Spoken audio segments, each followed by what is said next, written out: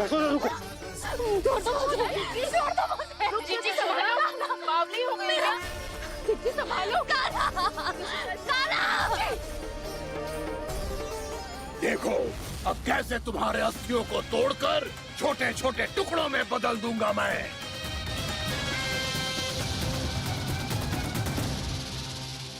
जी आप जाओगी तो आप भी फंस जाओगी। अपने लल्ला के लिए मैं किसी भी संकट का सामना करने के लिए तैयार हूँ। छोड़ो ना यशोदा, हमें कोई और उपाय खोजना पड़ेगा। कोई और उपाय? आप देख ना रही मेरा काना किस दशा में है।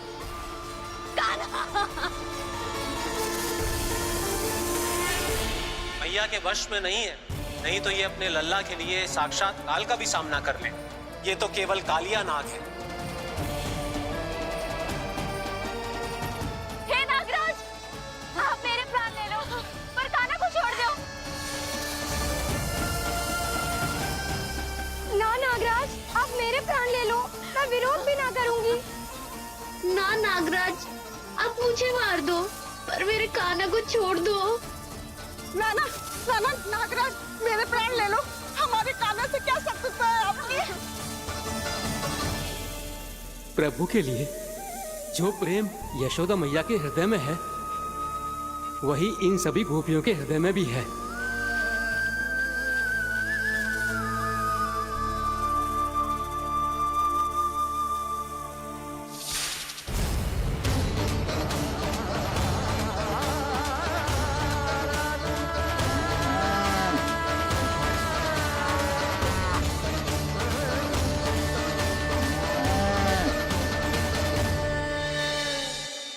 यशोदा, यशोदा, देखो इन गोपियों को, इन गैयाओं को, इन सब के मन में भी तुम्हारी भांति ही ममता भरी हुई। वो सब भी कान्हा से उतना ही प्रेम और स्नेह करती है, उतनी ही ममता से भरी हुई है जितनी कि तुम। तो तुम ही सोचो, जिसके साथ इतनी ममता और इतना स्नेह, इतना प्रेम, उसका कोई क्या कर सकता है? उस काले नाग का वेश इस सब आशीर्वादों के सामने कछु न है। कछु करो जी। उसे बोलो वो मेरे प्राण में से मेरे काना को छोड़ दे। यशोदा,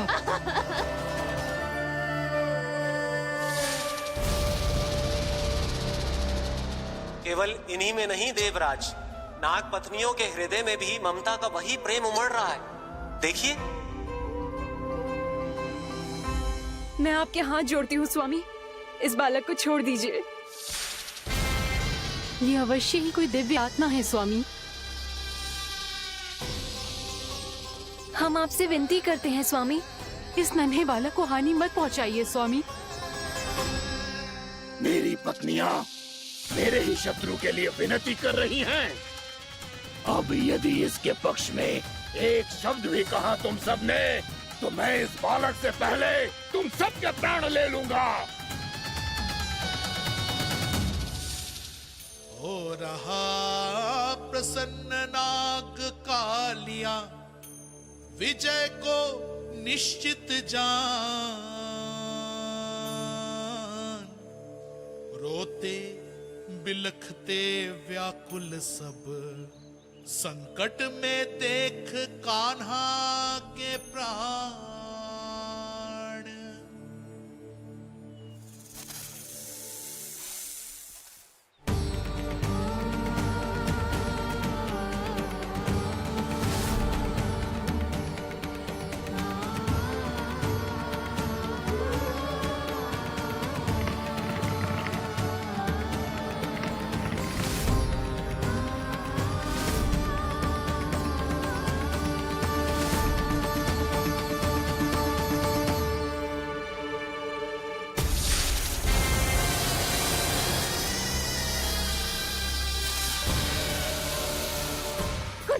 जी मेरे लल्ला को बचा लो, कोई तो कुछ करो। जीजी संभालो जीजी ना। यशोदा, यशोदा तुम शांत हो जाओ, मैं कान्हा को वापस लेकर आऊंगा। मैं रक्षा करूंगा उसकी। ना नंदराज, नंदराज नहीं। कम से कम आप तो समझो नंदराज, कालिया के पास आप जाओगे तो आप भी फंस जाओगे।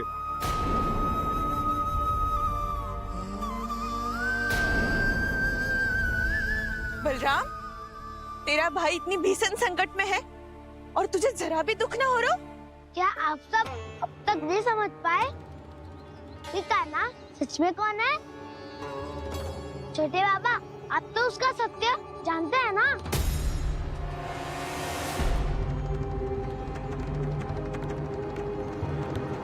मानता हूँ कि आप सब कान्हा के रहस्य के बारे में नहीं जानते, पर क्या उसके जन्म से आज तक घटी एक से बढ़कर एक विचित्र घटनाओं को भी भूल गए हैं आप सब? भूल गए हैं कि कैसी पूतना जैसी राक्षसी उसका कुछ बिगाड़ नहीं पाई, कैसे तरनावती जैसा भयानक राक्षस उसे एक खरोच भी नहीं दे पाया था।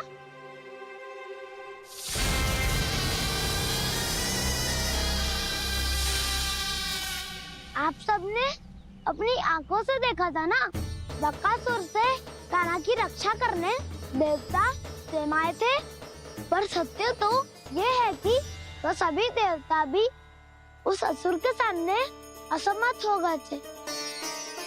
तब कान्हा ने बहुत ही आसानी से उस भयंकर असुर का वध किया था, एक ही बार में धराशायी कर दिया था उसे। तो आप सभी सोचिए, बार बार ऐसे असाधारण कार्य करने वाला बालक साधारण कैसे हो सकता है?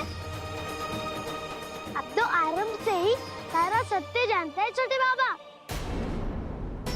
रहस्य छुपाने में सदैव कान्हा की सहायता करते आए हैं आप, और आज आप स्वयं ही उसके सत्य को भूल रहे हैं। और तुम सब भी तो जानते हो कान्हा की शक्तियों के बारे में, तो क्या तनिक भी विश्वास न आया अपने सखा पे? बलराम, जे तू क्या कह रहा है? मैंने जो कहा उसका एक एक शब्द सत्य है छोटी माँ। यदि प्रभु की इच्छा हुई तभी कुछ ही क्षणों में सब कुछ अपनी आंखों से स्वयं अनुभव कर लेंगे आप।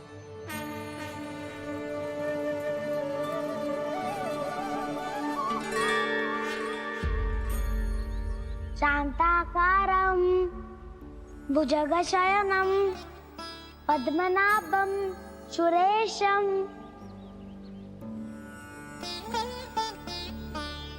विश्वाधारं गगनसदृशं मेघवर्णं शुभांगं लक्ष्मीकान्तं कमलनयनं योगी वीरध्यानगम्यं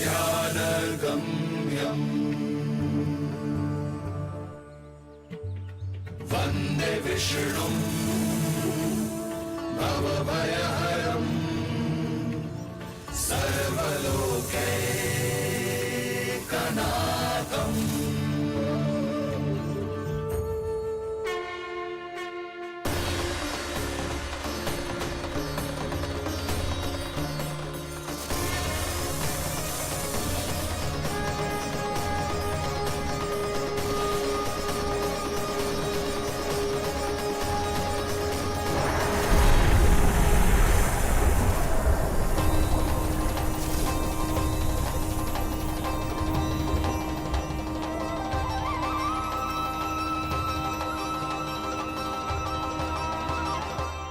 तुझे क्या लगता है बालक कि तू मेरी जगत से निकल गया तो अब बच जाएगा तू?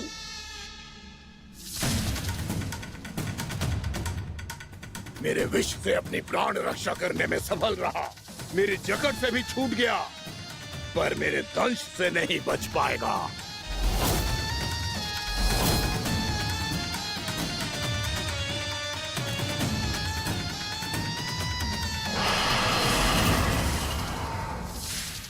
अब भय से भाग रहा है, पर मैं तुझे मृत्यु देकर रहूंगा।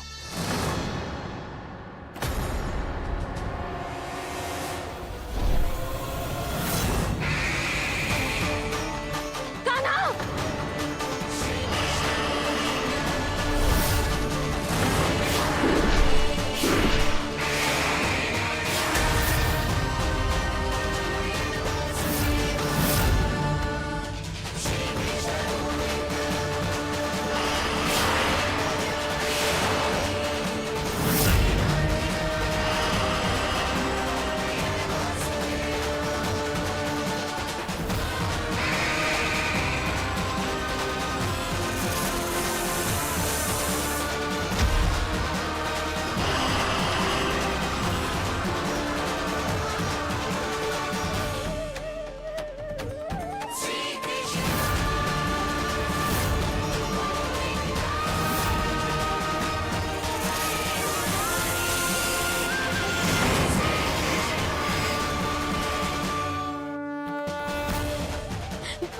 नन्हा सा कान्हा कितनी देर भाग पाएगा?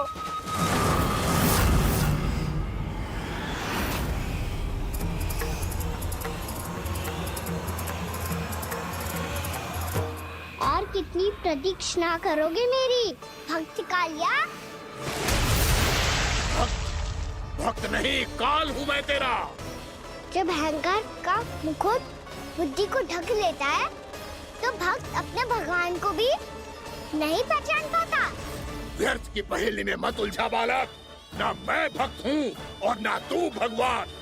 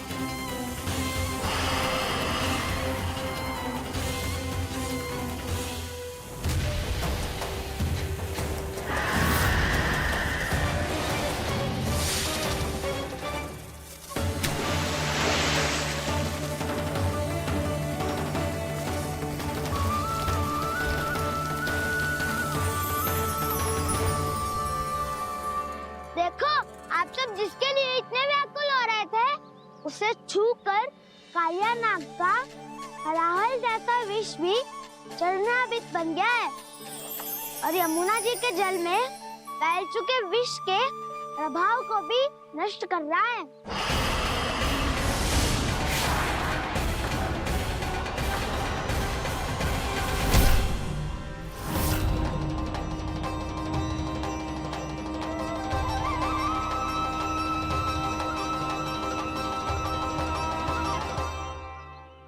धर्म रक्षक अधर्म विनाशक प्रभु श्री कृष्ण का कौशल सचमुच अद्वितीय है।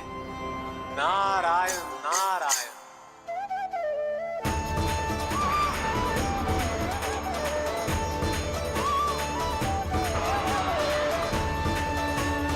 मेरा भार तुम्हारे भीतर के अहंकार का प्रतीक है कालिया। अब तुम्हारा अहंकार, तुम्हारा अनपान मेरे पाँव के नीचे है और तुम्हारी पूंछ अर्थात तुम्हारे प्राण मेरे हाथ में। अब तुम क्या करोगे भक्त?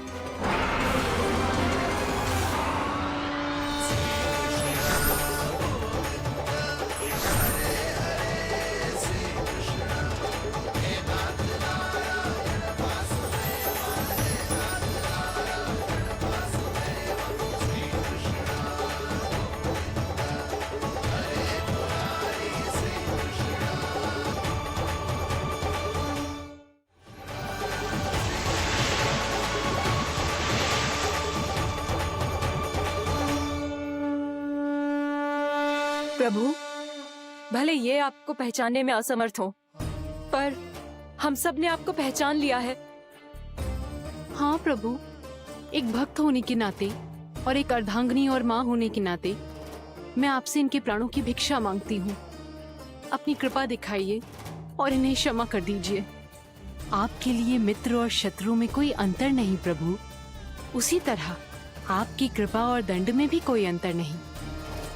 दोनों दया ही तो हैं, अकारण ही किसी को प्राप्त नहीं होती। हमें विश्वास है कि हमारे पति को मिला ये दंड कोई अभिशाप नहीं है, आपका वरदान है। ये सत्य है प्रभु कि इनसे बहुत से पाप हुए हैं। इनके विष से बहुत सारे जीव जंतु को हानि पहुंची है, पर अब आपके चरण इनके शीश पर पड़ गए हैं। ऐसी कृपा तो बड़े बड़े महान महात्माओं को भी दुर्लभ है, और इन्हें प्राप्त हुआ तो अवश्य ही ये किसी महान पुण्य का ही फल है। हे प्रभु, उन्हीं पुण्य कर्मों की शक्ति का आह्वान कर मैं आपसे विनती करती हूँ, इन्हें प्राण दान दीजिए। मैं अपने इस भक्त को क्षमा अवश्य करूंगा देवियों, यदि ये अपने अहंकार को त्याग कर मुझे पहचान ले तो।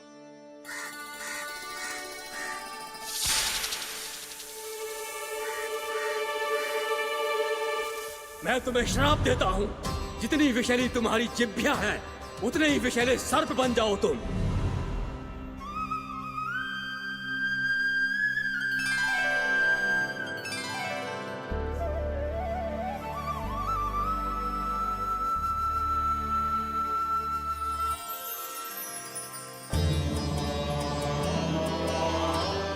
नारायण, मुझे क्षमा कीजिए नारायण। मैं तो आपका परम भक्त था, किंतु मैं आपको पहचान नहीं सका। इसका दंड तो मुझे मिलना ही था, किंतु मैं अब प्रायश्चित करना चाहता हूं। इसके लिए यदि आप मेरे प्राण भी ले लेंगे तो भी मुझे कोई दुख नहीं होगा।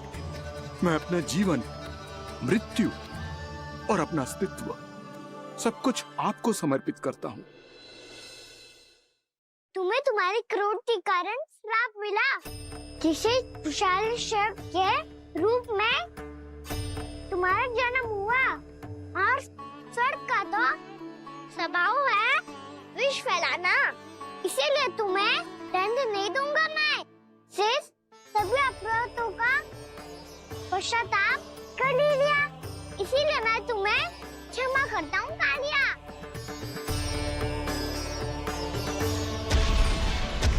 पर तुम्हें यहाँ से दूर समुद्र के बीच जाकर रहना होगा, जहाँ किसी निर्दोष का जीवन तुम्हारे विष से प्रभावित ना हो।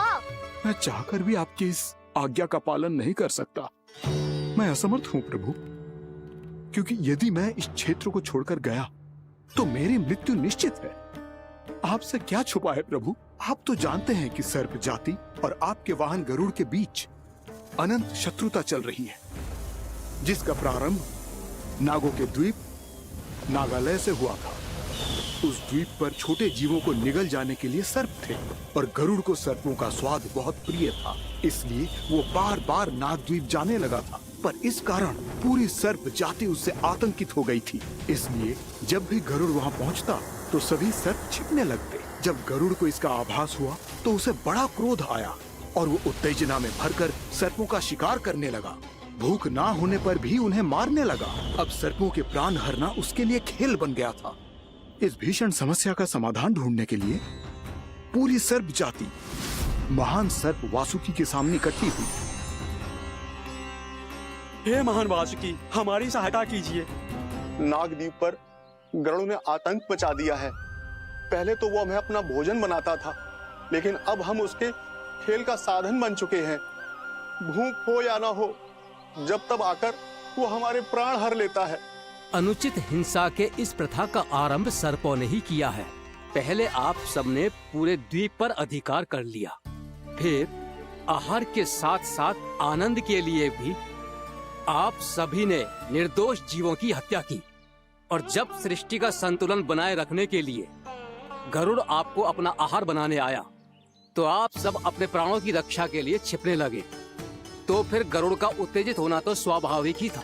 नागनाथ, जो हमने अन्य जीवों के साथ किया वही अब हमारे साथ हो रहा है, परंतु ये भी तो सृष्टि के संतुलन के विरुद्ध ही है ना? अवश्य है, इसलिए मैं गरुड़ से चर्चा करूंगा। धन्यवाद प्रभु।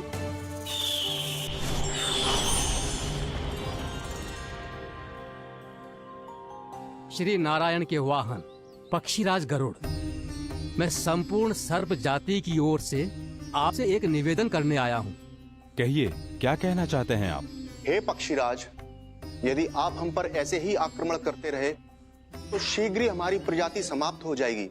इसीलिए हमारी आपसे विनती है, यदि आप उचित समझें तो सर्पों के किसी एक घर से हम आपको एक सर्प प्रतिदिन अर्पित करेंगे।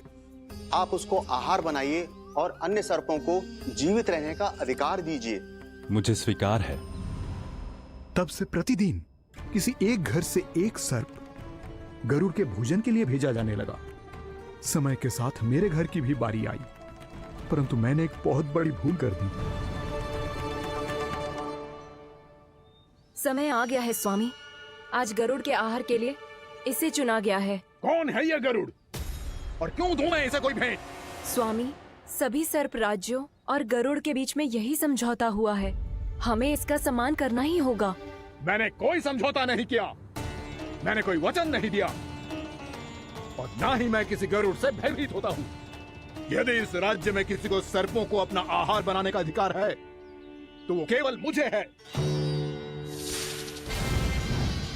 अब से गरुड़ को दी जाने वाली हर भेंट मुझे दी जाएगी, महाविषधारी महान नागराज कालिया को। यह और कुछ नहीं, मेरा अभिमान था प्रभु, और ये मेरे इस जन्म की सबसे बड़ी भूल थी, क्योंकि फिर जब गरुड़ को इस बारे में पता चला तो। कालिया, अभिमान में आकर तूने अपने काल को ललकारा है। जिस कालिया के नाम में ही काल छिपा है, तू उसे ललकारने का दुस्साहस कर रहा है गरुड़। स्वयं को भगवान विष्णु का वाहन कहता है तो वाहन का ही कर्म कर। स्मरण रख, इस धरती के सर्वश्रेष्ठ योद्धाओं के लिए भी मैं मृत्यु का दूत हूँ। विनाश काले विपरीत बुद्धि। तुझ जैसे मूर्ख सदा इस युक्ति को सार्थक करते आए हैं। अपने विनाश को आमंत्रण किया है तो अब भोग।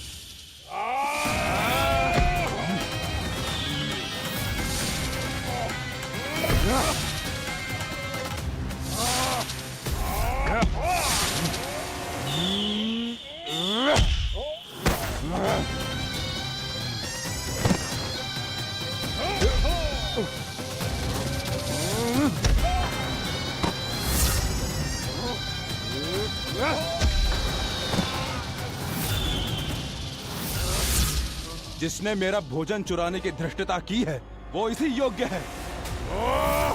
तू मुझे जानता नहीं है गरुड़, मैं महाविषधारी नाग कालिया हूँ। तेरा इतना दुस्साहस कि तूने मुझ पर चरण से प्रहार किया।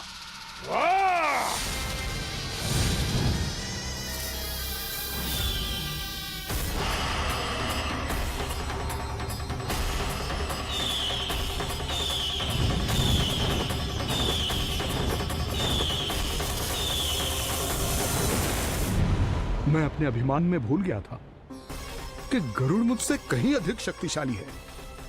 इसलिए अपने प्राणों की रक्षा करने के लिए मैं एक स्थान से दूसरे स्थान भागने लगा। नदियां, पर्वत, यहां तक कि मैंने सागर भी लांघ डाला, पर मैं जहां भी जाता गरुड़ के रूप में मेरा काल वहीं आ जाता। इसीलिए मृत्यु की आशंका से भयभीत होकर मैं अपने बड़े भाई मां कद्रू के प्रथम पुत्र अनंत शेषनाग से राय लेने चला गया। भैया, मैं यहां आपसे आपकी सहायता लेने आया हूं। मेरी एक छोटी सी भूल के कारण यह गरुड़ मेरा पीछा कर रहा है। मुझे हर समय हर स्थान पे ढूंढते रहता है। यदि उसने मुझे ढूंढ लिया तो वो निश्चित ही मेरे प्राण ले लेगा। मुझे कोई ऐसा स्थान बताइए जहां मैं अपनी पत्नी और अपनी संतानों के साथ शांति से रह सकूं। तुम यमुना नदी के किनारे वृंदावन क्षेत्र में जाके वास करो कालिया।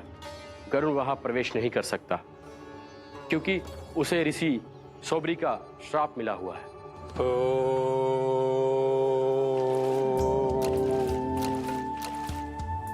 ध्यान और तपस्या का नित्य कर्म करते हुए ऋषि के मन में मछलियों के प्रति प्रेम भाव इतना बढ़ गया कि वो भूल गए सभी जीव खाद्य श्रृंखला का भाग होते हैं और मछलियां भी इस नियम की अपवाद नहीं है। उन्हें मछलियों की अटखेली इतनी अच्छी लगने लगी कि वो इस क्षेत्र के मछुआरों को भी मछली पकड़ने की अनुमति नहीं देते थे।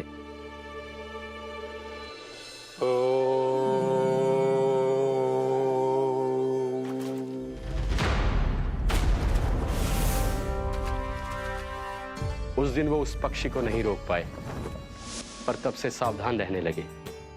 यहां तक कि अपने साधना से भी अधिक ध्यान वो पक्षियों पर केंद्रित करने लगे। ठहरो! इसी क्षण अपनी चोंच में पकड़ी इस मछली को छोड़ दो। तुम्हें इन मछलियों का आहार नहीं करना चाहिए पक्षीराज। ये तो खाद्य श्रृंखला का नियम है ऋषिवर। यदि मैं इनका आहार नहीं करूंगा तो कोई और पक्षी कर लेगा। मैं अपने आनंद या प्रतिशोध के लिए इनके प्राण नहीं ले रहा। ये तो बस मेरा भोजन है। पर यह मेरा तपस्या स्थल है। तुम यहाँ शिकार करके मेरी साधना में विघ्न नहीं डाल सकते पक्षीराज। यदि आपकी यही इच्छा है तो मैं आज के बाद यहाँ नहीं आऊंगा।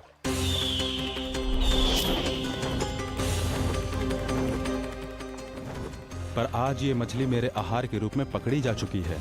मैं वचन देता हूँ ऋषिवर, इस स्थान पर यह मेरा अंतिम शिकार होगा।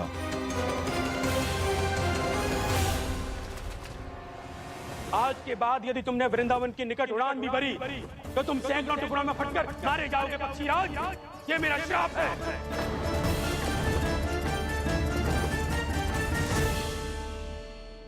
और इसीलिए भैया शेषनाग के सुझाव के अनुसार मैं यहां आ गया।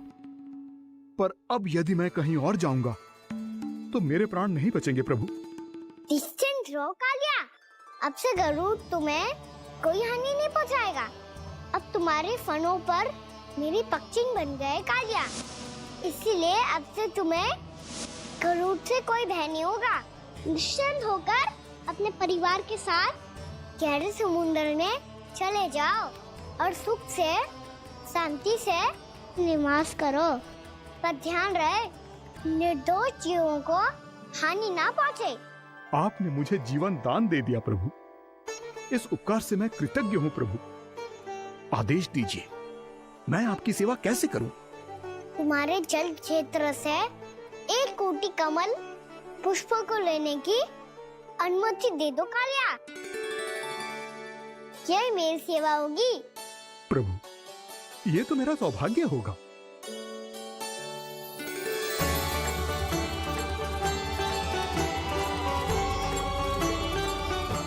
एक कोटि के स्थान पर हम 3 कोटि कमल पुष्प ले आए प्रभु। मैं तुम्हारी सेवा भाव से प्रसन्न हुआ कालिया। रमनाक द्वीप पर चले जाओ ताकि तुम्हारे कारण फिर कभी किसी निर्दोष जीव को हानि ना पहुंचे और न ही तुम्हारा विष मेरे प्रिय यमुना नदी के जल को दूषित कर पाए। मैं तुम्हें आशीर्वाद देता हूँ। आज यहाँ मेरे द्वारा तुम्हें दिए गए इस आदेश का स्मरण जो भी भक्त करेगा और प्रातः काल और संध्या काल में इसका उच्चारण करेगा, उसे फिर कभी किसी संकट से कोई भय नहीं होगा। ये स्थान अब से काला कुंड के नाम से जाना जाएगा।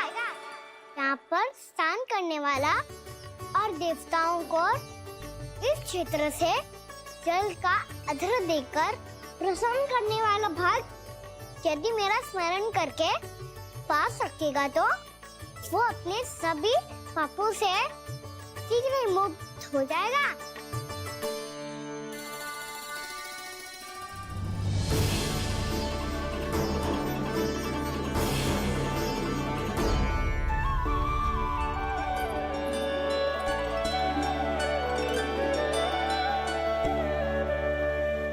कौन है जी भगवान जिसने अभी अभी कालिया जैसे विशाल विस्तर का सामना किया? क्या एक साधारण बालक जो शीत की अधिकता से ठिठुर रहा है? क्या करूं? मैं लल्ला को ममता के आंचल में छुपा लूं या भक्त बनकर प्रभु की लीला देखती रहूं? क्या करूं मैं? कितना ठंडा था जल, बहुत सर्दी लग रही है। सर्दी से तड़पते हुए कैसे देखूं इसे? अभी जाके अपने पल्लू से सुखाती हूँ। हृदय से लगा के स्नेह की आंच दूंगी तो सर्दी पल भर में छूमंतर हो जाएगी।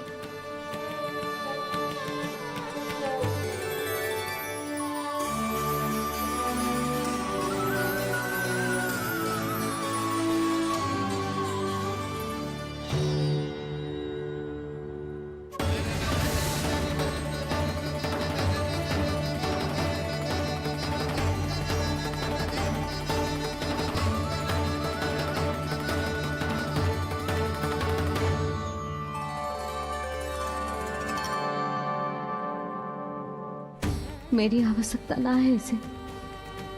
ये तो सच्ची में भगवान ही है, जिसकी ठंड दूर करने के लिए स्वयं द्वादश आदित्य प्रकट हो गए हैं।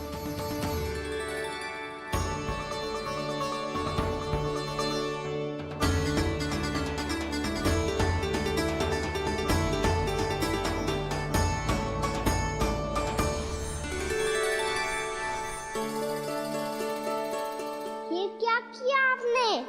मैया मुझे अपने हृदय से लगाने वाली थी कि आप सब प्रकट हो गए।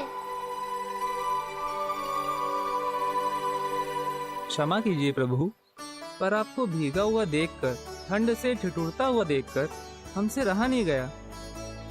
हम अपने वश में नहीं थे प्रभु। भक्ति से भावुक होकर हम प्रकट होने पर विवश हो गए थे। हमारी किरणें जैसे स्वयं ही फूट पड़ी और दौड़ पड़ी आपको सुखाने के लिए।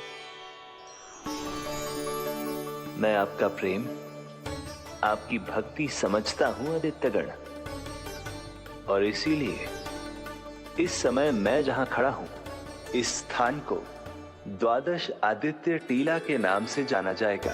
द्वादश आदित्य टीला के नाम से जाना जाएगा। हम धन्य हो गए प्रभु। पर कहाँ जा रहा है? जो गड़बड़ किया है उसे सुधारिए तो सही। प्रभु आज्ञा दीजिए। अपना दाब इतना अधिक बढ़ा दीजिए कि मुझे स्वेद आने लगे, ताकि मैया मुझे स्वेद में गीला देख के और भूल जाए कि मैं ही भगवान हूँ, और मैया मुझे अपनी गोद में उठा के ले जाए।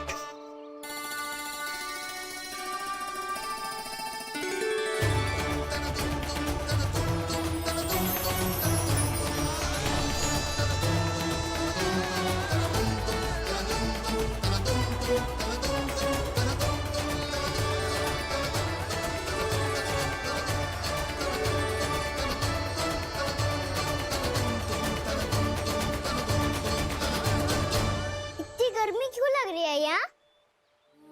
स्वेद की एक बूंद भी आती थी तो मैं अपना आंचल लेकर पहुंच जाती थी इसके पास। जानती ही नहीं थी कि ये तो स्वयं वायुदेव को आदेश दे सकते हैं कि वो बहने लगे और उसका सारा स्वेद सुखा दे। वायुदेव की आवश्यकता नहीं है मैया, मुझे आप ही चाहिए। लगता है जिस बात का भय था वही सत्य होने लगी है। भैया मेरे भगवान रूप को भूल नहीं पाएगी, और अब मेरे लिए उनके सत्य छुपा कर रख पाना कठिन हो जाएगा। कृष्णा कृष्णा हरे कृष्णा कृष्णा कृष्णा मुरली मनोहर कृष्णा गोपाला गोविंदा हे दामोदरा।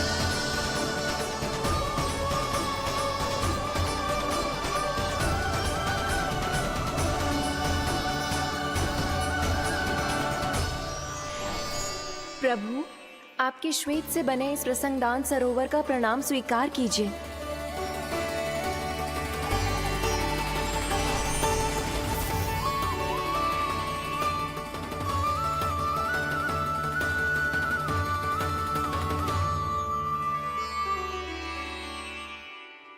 ओहो, इस चमत्कार को देखकर भैया को और भी अधिक विश्वास हो जाएगा कि मैं भगवान ही हूँ। अब कैसे मनाऊं मैया को कि मैं ही इनका लाई हूँ? बाबा है ना, अब तो यही सहायता करेंगे। श्री कृष्णा गोविंदा हरे हरे श्री कृष्णा गोविंदा हरे हरे श्री कृष्णा हरे मुरारी श्री कृष्णा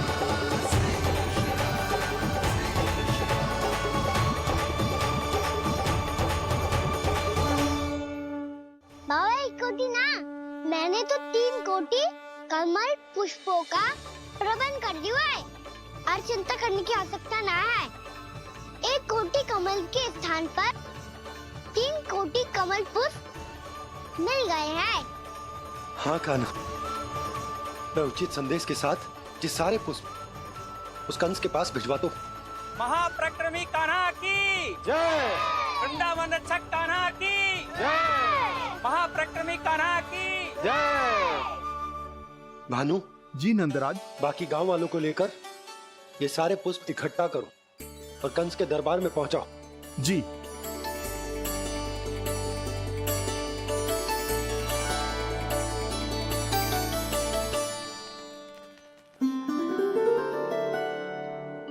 मैया कौन हो तुम? मुझे पता था मैया, जब आपको सत्य पता चलेगा तो आप मुझे मैया की तरह स्नेह ना कर पाओगी, इसलिए आज तक सत्य छुपाते आया हूँ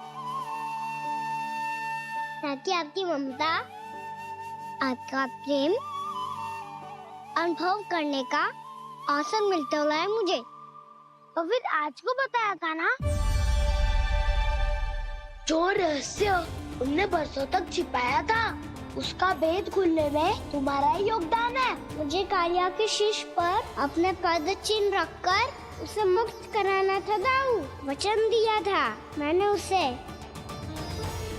इसके अतिरिक्त निर्दोष पशु पक्षियों के जीवन को कालिया के विष से ही बचाना था मुझे। इसमें कंस को तो सम्मिलित करना ही था, ताकि जब मैं कालिया का सामना कर रहा हूँ तो वो किसी और असुर को समस्या बनाकर वृंदावन ना भेज दे। पर इस सबसे बड़ा एक कारण और था दाऊ, मैं चाहता था कि मैया को सत्य पता चल जाए। पर क्यों कहा ना? क्योंकि मुझे लगने लगा था कि मैया से ये रहस्य छुपाकर इनके साथ धोखा कर रहा हूँ। अपराध बोध से दबा जा रहा था मैं।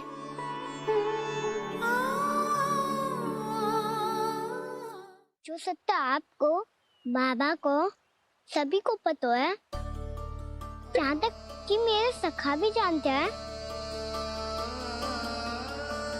वो सत्य मैंने मैया से छिपाया केवल इसी लोक में कि मुझे इनकी ममता प्राप्त होती रहे। पर ऐसा करके मैं अपने से निस्वार्थ प्रेम करने वाली मैया को धोखा दे रहा था। आप ही बताओ दाऊ, जो इस संसार में मुझसे सबसे अधिक भरोसा करता है, उसी के साथ छल कैसे कर सकता हूँ मैं? हाँ, मैं नारायण का अवतार हूँ, पर अपनी मैया का छोटा सा लल्ला भी तो हूँ।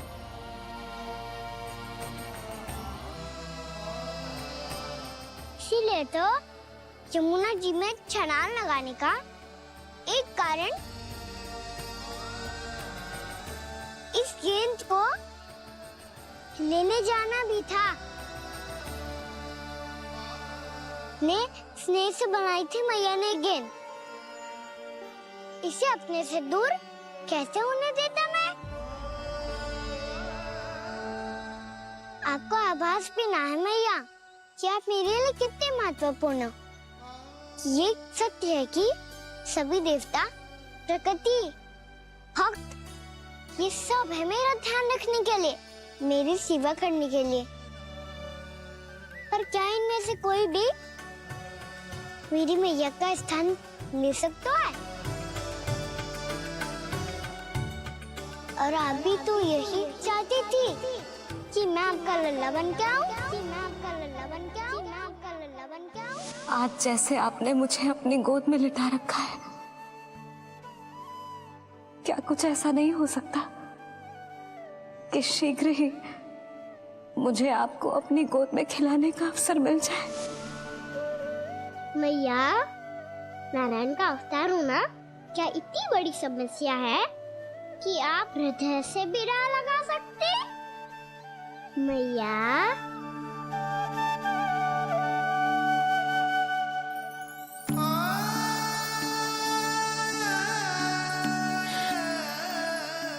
मेरा कान्हा, मेरा लल्ला।